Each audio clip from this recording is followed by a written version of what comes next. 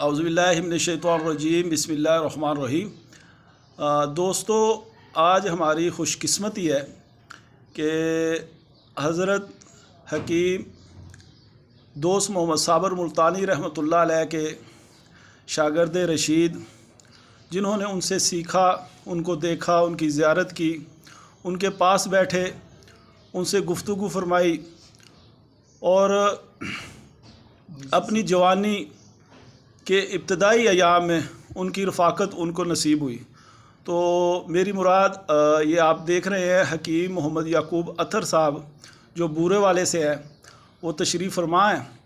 تو ہم ان سے مختصراً پوچھتے ہیں کہ وہ صابر صاحب کے ساتھ آپ کی جو پہلی ملاقات ہوئی تھی اس حوالے سے ارشاد فرمائے کہ کیا واقعہ ہوا تھا۔ السلام علیکم ورحمۃ اللہ۔ وعلیکم السلام ورحمۃ اللہ وبرکاتہ۔ استاد محترم کیسے ہیں آپ؟ ٹھیک ہیں؟ ٹھیک ہوں، خیر خیریت ہے۔ تو یہ 1968 کا واقعہ ہے۔ میرے خالو جو تھے وہ 1968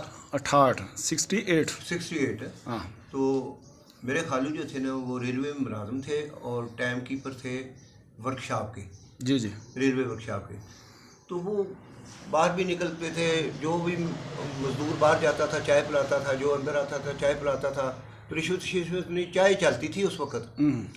تو خالو کو نا شوگر ہو گئی، ڈاکٹروں کے پاس جا یہ وہ کافی۔ ان دنوں میں طبیہ کالج میں داخلہ لیا ہوا تھا، خالہ کے گھر میں انہیں کے ساتھ رہتا تھا۔ ایک دن مجھے کہنے لگے بھائی کل نا میں نے ایک حکیم انقلاب نام سنا ہے، ریلوے اسٹیشن سے باہر گزر کے عیسیٰ اسٹریٹ میں ان کا ہے، تو ہم ان کے پاس جانا ہے۔ میں نے کہا چلو یہ چلتے ہیں۔ میں اس سے نہیں گیا، خالو کے ساتھ وہاں استاد محترم کے پاس چلے گئے۔ آپ نے نبض دیکھی تو کہنے لگے بھی ان کو تو شوگر ہے، تو 1 چھٹانک شکر، 1 چھٹانک دیسی گھی اور 1 چھٹانک سوجی، اس کا تازہ حلوہ بنا کر 3 ٹائم کھلانا ہے ان کو۔ یہ غذا بتائی انہوں نے؟ غذا بتائی، اور پھر ہفتے کے بعد میرے پاس آنا ہے۔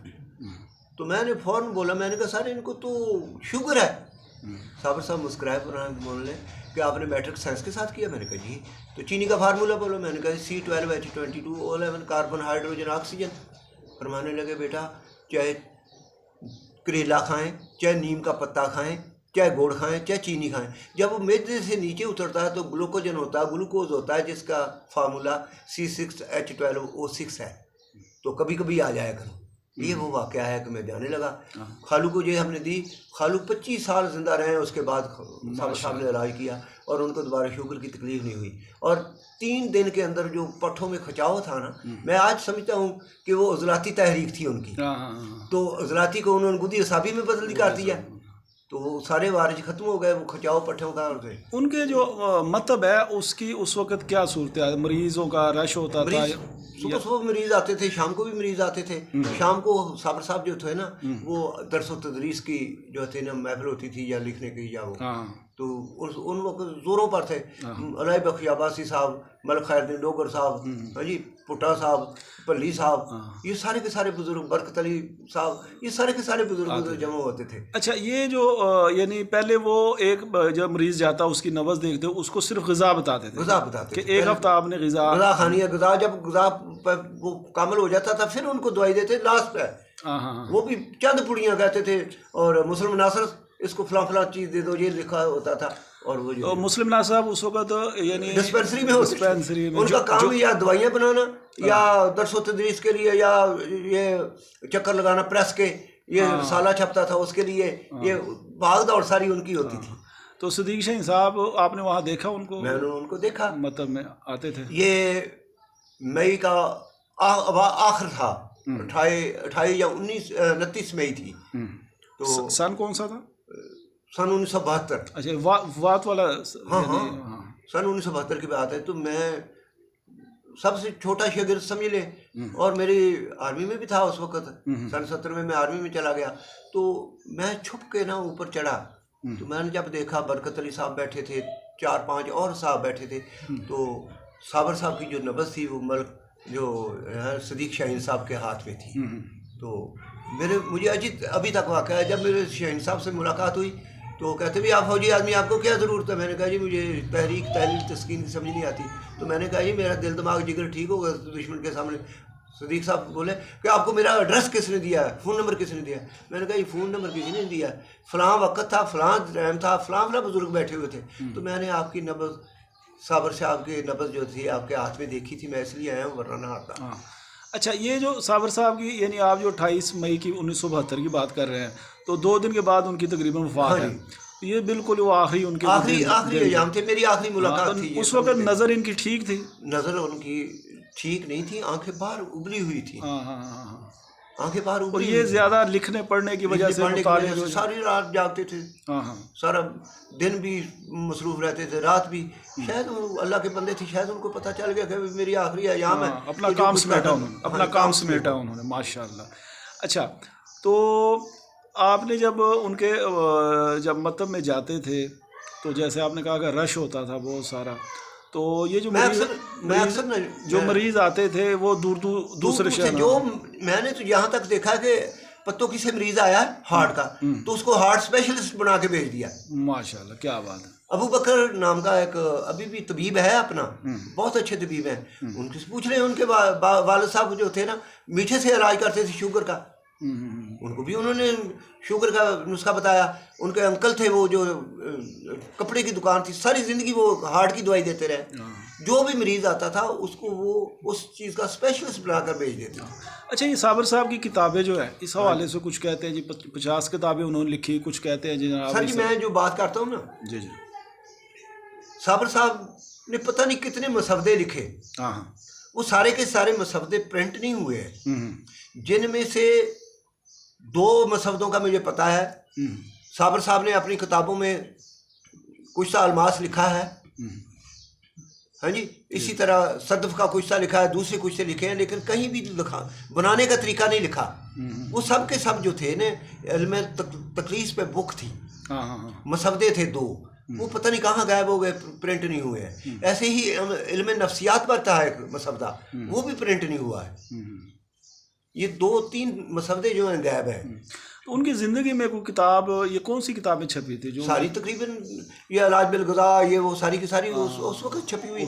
2 آنے 2.5 آنے قیمت تھی ان کی, 3 بعد میں قیمتیں بڑی ہیں. مبادیات طب جو ہے, تحقیقات مبادیات طب, اس حوالے سے کچھ لوگ بحث چلتی تھی کہ یہ نظریے کی ہے یا نہیں ہے. نظریے کی نہیں سر, یہ کتاب صابر صاحب نے اس وقت لکھی تھی جو علمی طب پر انہوں نے مبادیات لکھی.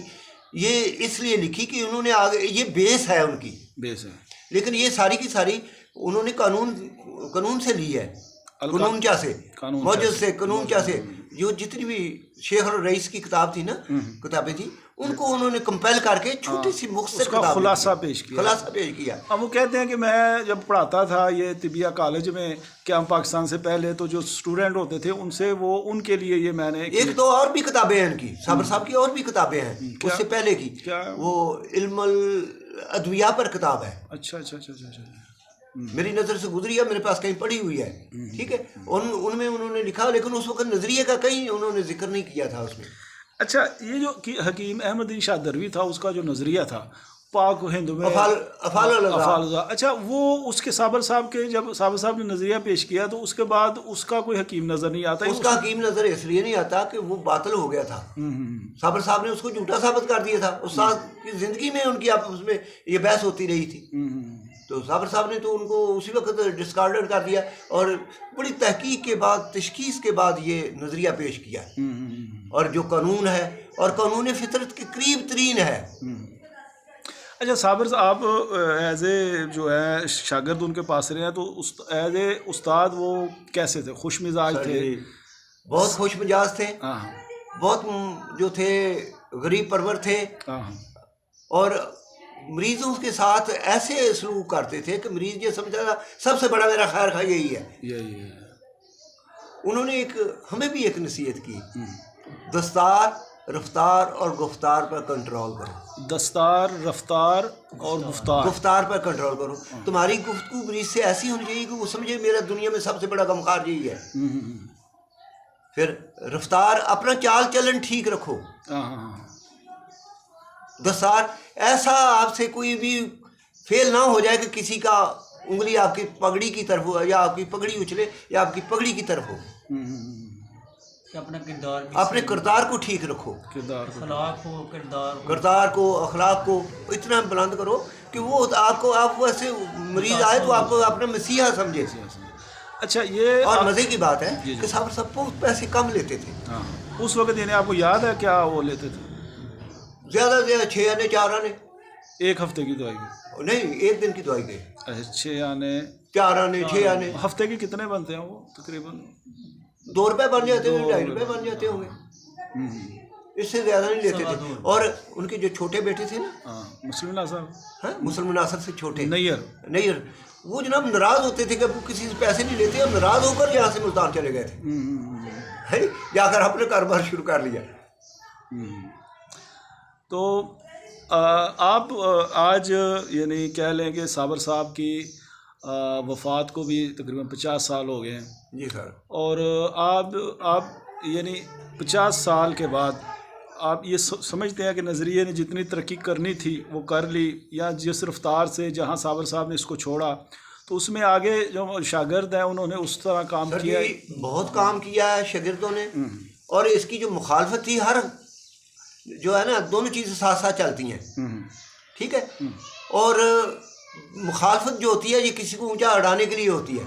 آج جو طبیب نظر آ رہے ہیں یا طب کی جو عزت نظر آ رہی ہے وہ ان طبیبوں کی وجہ سے ہے، نہ کہ طب یونانی کی وجہ سے۔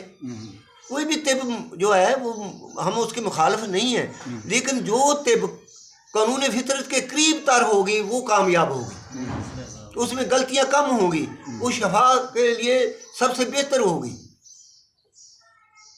ہم تو یہ سمجھتے ہیں، یہ نہیں ہم کہتے کہ ایلوپیتھک جو ہے نا یہ نہیں ہے، ایلوپیتھک کے بھی فائدہ ہیں، لیکن ان کی تحقیق یا ان کی صابر صاحب نے جو بک لکھی ہے allopathic is scientific and wrong, فرنگی طب غیر علمی اور غلط ہے، اس میں شبہ نہیں ہے۔ کوئی مجھے بتا دے کہ ان کی دوائی جسم کے اندر جا کر الکلی پیدا کرتی ہے، ایسڈ کرتی ہے، سالٹ کرتی ہے، کیا کرتی ہے، اس کا ایکشن کیا ہوتا ہے کیمسٹری کی روح سے، بتا دیں ہمیں۔ اور ہاں انشاءاللہ اللہ کے فضل سے صابر صاحب نے جس کو عضلاتی اعصابی لکھا یا اعصابی عضلاتی لکھا ہے تو اس کی آپ آج بھی پی ایچ کر کے دیکھ لیں، وہی ہوگی جو انہوں نے لکھا ہے۔ کیا بات!